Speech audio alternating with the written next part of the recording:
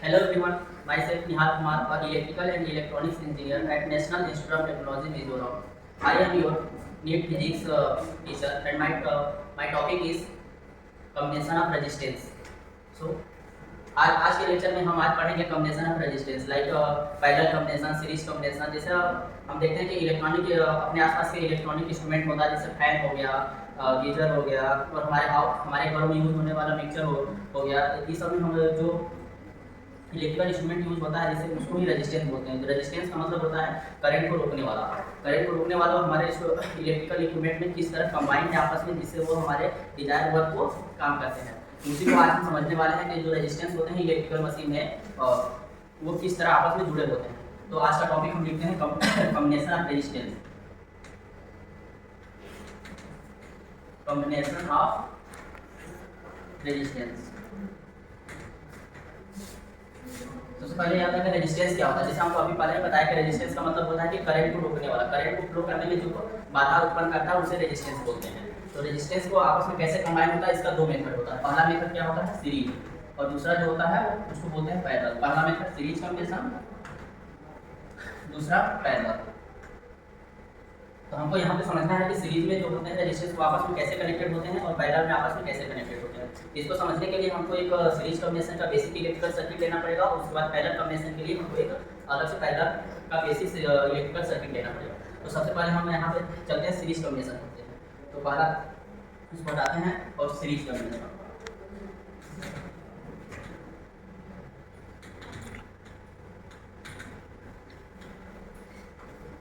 Series combination को हमको समझने के लिए पहले एक इलेक्ट्रिकल सर्किट ड्रॉ करते हैं। पहले हम समझते हैं कि रेजिस्टेंस को हम कैसे समझेंगे कि वो आपस में जो कनेक्टेड है वो सीरीज में कनेक्टेड है, पैरेलल कनेक्टेड।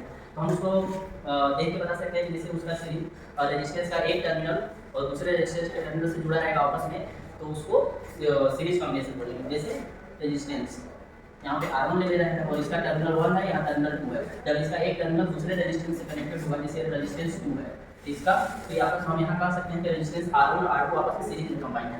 तो इसको समझने के लिए कि इसका क्या क्या प्रॉपर्टीज होता है उसको हम एक पूरा बेसिक सर्किट में के थ्रू समझते हैं, एनालाइज करते हैं। हम यहाँ पे बेसिक सर्किट कंप्लीट करते हैं। यहाँ पे एक हम पोटेंशियल डिफरेंस अप्लाई कर रहे हैं, जिसको हम सेल के थ्रू दे रहे हैं। सेल के थ्रू इसको हम पोटेंशियल डिफरेंस दे रहे हैं। मान रहे हैं इसका पोटेंशियल डिफरेंस D है। जब इसको हम बेसिक सर्किट कंप्लीट किए, जब यहाँ पे भी है इसका पूरे थ्रू आउट टर्मिनल, यहाँ पे भी हमारा पोटेंशियल डिफरेंस D आएगा और यहाँ पे मान लेते हैं 0, यहाँ पे 0 आएगा। तो यहाँ से हम कह सकते हैं कि R1 और R2 रेजिस्टेंस के बीच में जो पोटेंशियल डिफरेंस होगा वो V होगा। तो यहाँ पे पोटेंशियल डिफरेंस जो हमारा आएगा, पोटेंशियल डिफरेंस बिटवीन R1 और R2 V minus 0 equal to V, यानी हमारा जो पोटेंशियल डिफरेंस R1 और R2 के क्रॉस आएगा वो V आएगा। और यहाँ पे हम देख सकते हैं जब इस सर्किट में हमारा जो पोटेंशियल डिफरेंस V आएगा, तो उस पोटेंशियल डिफरेंस और रेजिस्टेंस को होने की वजह से इसमें एक करंट फ्लो करेगा। उस करंट को हम मान लेते हैं यहाँ पे I करंट इस सर्किट से फ्लो कर रहा है। जब हम जाते हैं जब सर्किट में एक ब्रांच होता है, तो वहाँ पे से सीरीज कॉम्बिनेशन में पूरे सर्किट में देख सकते हैं कि यहाँ पे भी I फ्लो हो रहा है, यहाँ पे भी I फ्लो हो रहा है, यहाँ पे भी I, यहाँ पे भी I, यहाँ पे I, यहाँ पे I, यहाँ पे I। यहाँ से हम कह सकते हैं कि जब एक सीरीज कंबाइन में रेजिस्टेंस कंबाइन होता है तो वहाँ पे करंट पूरे सर्किट में सेम फ्लो होता है। तो वहाँ पे हम फाइंड आउट कर सकते हैं कि in series combination current is same through out the circuit. यहाँ पे लिख सकते हैं current is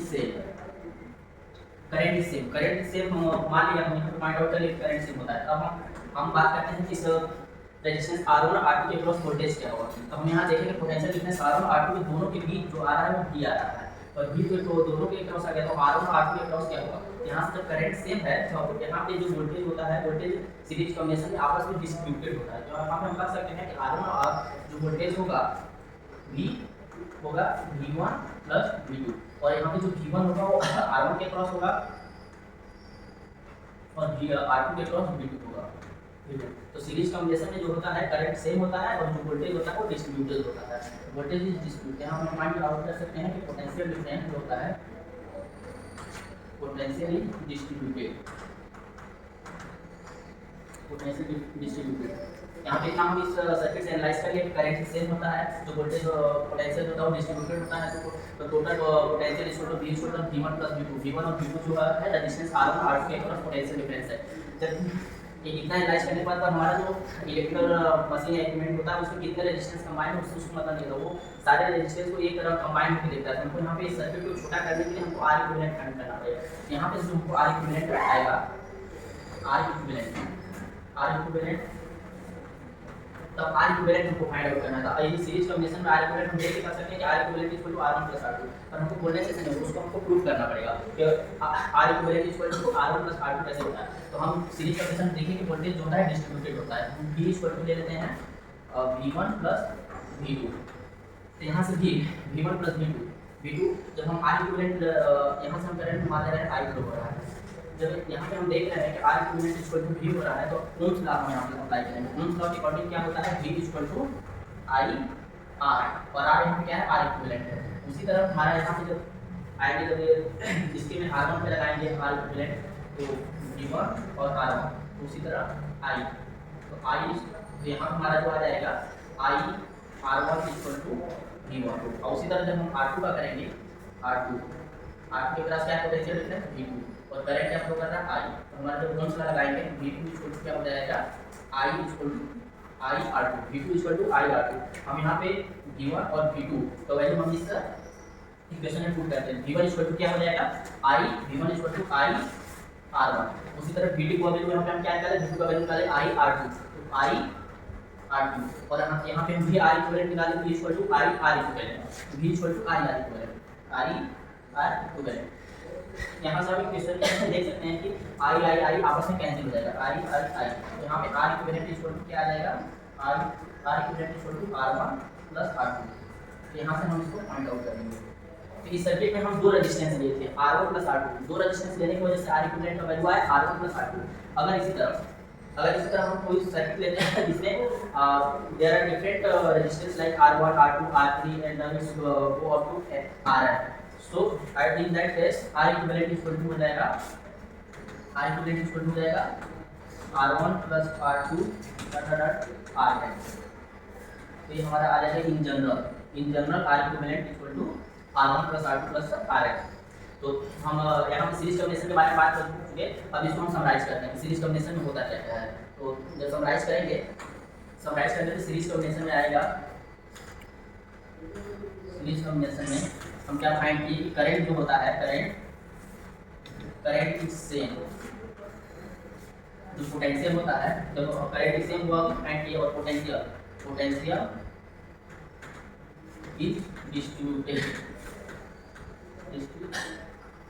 potential is distributed, तो यहाँ पे आ जाता है V equal to V1 + V2 दिया।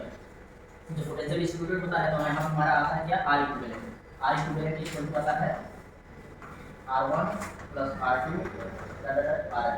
तो यहाँ पर हम सीरीज कॉम्बिनेशन देख सकते हैं कि R1 R2 R3, और सीरीज कॉम्बिनेशन में हम ये भी पॉइंट आउट कर सकते हैं कि अगर हमारा R1 का वैल्यू 1 है, 2 और R2 का वैल्यू 2 है और R3 का वैल्यू 3 है, तो जब यहाँ पे R इक्विवेलेंट लेंगे तो R इक्विवेलेंट का वैल्यू हो जाएगा 3 + 2 + 1 यानी 6 हो जाएगा, और जो इसका R इक्विवेलेंट आया है 6 हो गया। तो R इक्विवेलेंट कर सकते हैं कि R इक्विवेलेंट जो आता है, जो मैक्सिमम होता है, तो उसमें मैक्सिमम रेजिस्टेंस गिवन होता है उससे ज़्यादा होता है। तो इसी तरह कर सकते हैं कि R equivalent is always greater than the maximum max of given R1 R2 Rn। ये सीरीज कॉम्बिनेशन हो गया।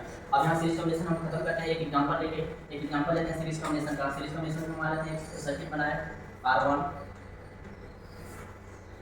R2 R3, यहाँ पोटेंशियल डिफरेंस अप्लाई करें सेल से B।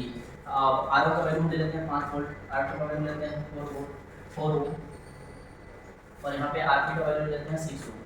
जब हम इसका R इक्विवेलेंट निकालेंगे तो क्या होगा, R equivalent equal to R1 + R2 + R3, तो R1 + R2 + R3 के डायरेक्ट सिंपली हम यहाँ पे वैल्यू पुट कर देंगे, हमें को इस सर्किट का R इक्विवेलेंट पता चल जाएगा। तो R1 का वैल्यू 5 ओम + R2 का वैल्यू 4 ओम + R3 का वैल्यू 6 ओम, इसको हम जब ऐड करेंगे 5 4 9 9 6 15 ओम, तो हम इस सर्किट का हमारे इक्विवेलेंट निकालते हैं 15 ओम। जब इसको हम मल्टीप्लाई करके हम इसको 3 ड्रा कर सकते हैं R इक्विवेलेंट इक्वल टू 15 ओम, और इस सर्किट को इस तरह ड्रा करें। सो इन दोनों सर्किट में कोई डिफरेंस नहीं है, यहाँ पे R इक्विवेलेंट के फॉर्म में लिखा हुआ है, यहाँ पे R1 R2 R3 का इंडिविजुअल वैल्यू के साथ लिखा हुआ है। तो हम हमारे सीरीज कॉम्बिनेशन को बाइंड अप करते हैं, उसका समरी हम आपको बता दिए। अब इसके बाद हम करते हैं पैरेलल कॉम्बिनेशन।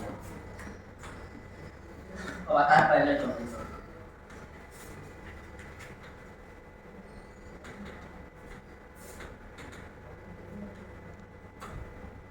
पैरेलल कॉम्बिनेशन को समझने के लिए हमको पहले ये समझना होगा कि जब रेजिस्टेंस को हम देखें हम कैसे बताएंगे कि वो आपस में पैरेलल में कनेक्टेड है या सीरीज में कनेक्टेड है। तो पैरेलल में कनेक्शन होने का कोई भी दो रेजिस्टेंस आपस में पैरेलल में कनेक्शन है कनेक्टेड है कि इसका सबसे बड़ा कंडीशन ये होता है कि उन दोनों के अक्रॉस पोटेंशियल डिफरेंस सेम होना चाहिए। जैसे हम देख के बता सकते हैं कि एक रेजिस्टेंस आपस में पैरेलल में कनेक्टेड है या एक ही लाइन में खड़ा है। उसी तरह हम यहाँ पे देखेंगे कि रेजिस्टेंस, जिस रेजिस्टेंस से भी R1 और हमको जब इसके अक्रॉस कोई रेजिस्टेंस R2 हम लाके खड़ा कर देते हैं या प्लेस कर देते हैं कि ऐसा नहीं कि वो पैरेलल है। यहाँ हम मान लेते हैं रेजिस्टेंस R2 है कि आपस में पैरेलल है। अब इसको आपस में पैरेलल होने के लिए सबसे बड़ा एक ही कंडीशन है कि इन दोनों के अक्रॉस जो पोटेंशियल डिफरेंस वो सेम होना चाहिए। यहाँ पे जिसका स्टैंडर्ड है हमको सेम पोटेंशियल डिफरेंस से कनेक्ट कर रहे हैं। यहाँ मान रहे हैं सेल से पोटेंशियल डिफरेंस V अप्लाई कर रहे हैं। यहाँ पे V और करंट I दे रहे हैं। जब यहाँ से हम देखेंगे कि इसका पोटेंशियल डिफरेंस प्लस माइनस हम सेल से लिए जब इसका एक टर्मिनल में आया यहाँ पे भी पोटेंशियल डिफरेंस आ जाएगा। यहाँ पर 0 यहाँ से हम देख बता सकते हैं कि R1 जो रेजिस्टेंस है R1 रेजिस्टेंस का जो पोटेंशियल डिफरेंस है V माइनस 0 यानी V हो जाएगा और उसी तरह R2 का जो पोटेंशियल डिफरेंस होगा V माइनस 0 यानी V। यानी कि हम यहाँ पे कह सकते हैं कि इन पैरेलल कॉम्बिनेशन में जो पोटेंशियल डिफरेंस जो होता है वो सेम होता है।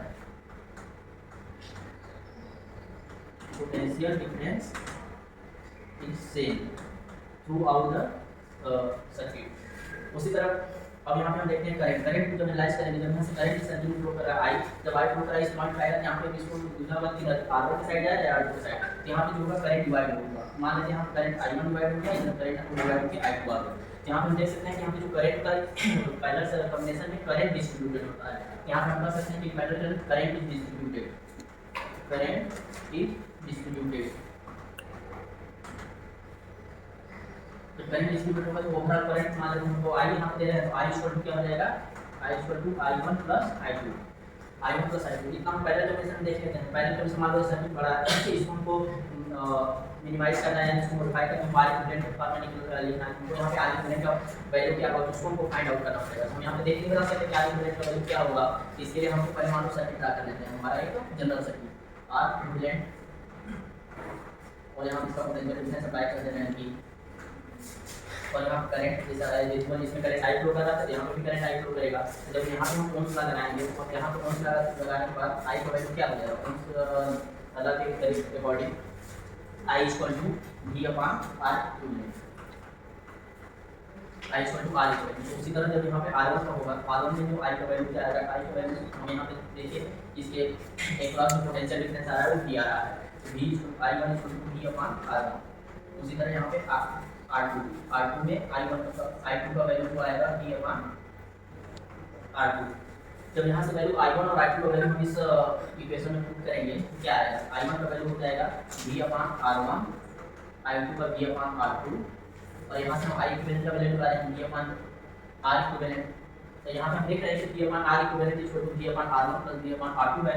जब यहाँ पे V अपॉन R इक्विवेलेंट तो V आपस में कैंसिल आउट हो जाएगा। जब यहाँ पे कैंसिल आउट होगा तो I equivalent 1 upon R equivalent R equivalent का वैल्यू क्या आ जाएगा 1 upon R1 plus 1 upon R2। तो यहाँ पे 1 upon R1 plus 1 upon R2 यहाँ पे इसको पॉइंट यहाँ हम देख सकते हैं कि इस पैरेलल कॉम्बिनेशन में हम दो रेजिस्टेंस लिए थे R1 और R2 लिए थे। जब R1 और R2 लिए हमारा जो R इक्विवेलेंट आया क्या आया 1 upon R1 plus 1 upon R2।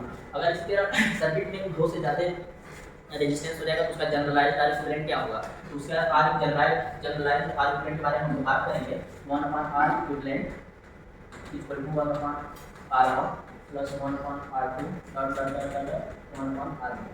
ये हमारा इन जनरल R इक्विवेलेंट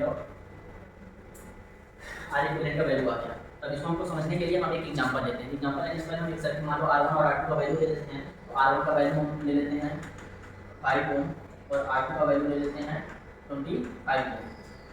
जब R1 का वैल्यू 5 है और R2 का वैल्यू 25 ओम है तो हमारा यहाँ पे R इक्विवेलेंट क्या है R इक्विवेलेंट लाने के लिए हम यहाँ पे R इक्विवेलेंट का फॉर्मूला पहले निकाले थे 1 upon R equivalent equal to 1 upon R1 plus R2 1 upon R equivalent 1 upon R equivalent equal to 1 upon R1 plus 1 upon R2 1 upon R1 का वैल्यू 1 अपॉन R1 और R2 का value हम put करते हैं। R1 का value 5 और R2 का value 25। जब इसका मेंशन देंगे तो आएगा 25 तो 25 लेंगे यहाँ पे 5 प्लस 25 का 1 हो जाएगा 6/25। जब इसका हम 1/r इक्विवेलेंट जब निकालेंगे तो आ जाएगा 6/25। तो इसका यहाँ से r इक्विवेलेंट का वैल्यू आ जाएगा 25/6।